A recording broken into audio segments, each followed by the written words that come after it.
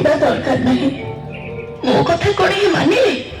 ଏକା ମୁଁ ପୁରୀ ଯିବି ଆଉ ମୋ ବନ୍ଧୁଙ୍କୁ ଭେଟିବି। ଏତେ କଷ୍ଟ କରି ପିଲା ଛୁଆଙ୍କୁ ଧରି ପୁରୀ ଆସିଲୁ, କି ଲାଭ ହେଲା?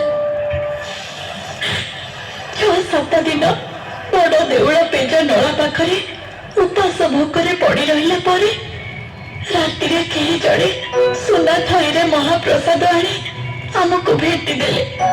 ୟାକୁ କହିଲେ କଣ ନା ତମ ବନ୍ଧୁ ଦେଇଛନ୍ତି। ଖୁସିରେ ଆମେ ସେ ମହାପ୍ରସାଦକୁ ଖାଇ ସମସ୍ତେ ଶୋଇଗଲୁ।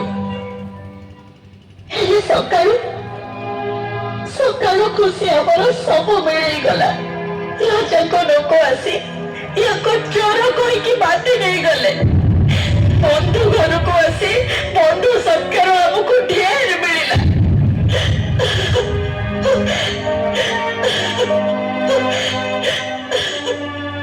ଯିଏ ବନ୍ଧୁର ମନ କଥା ନ ବୁଝିଲା, ବନ୍ଧୁକୁ ଚୋର ସଜି କାରାଗାରକୁ ପଠେଇଦେଲା, ସେ କି ବନ୍ଧୁ?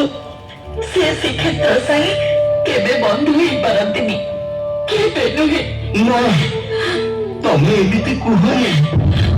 ଏ ବନ୍ଧୁ ମହେନ୍ଦ୍ର ବନ୍ଧୁଙ୍କୁ ନିନ୍ଦା ନେଇ ଅପବାଦ ଦିଅନି।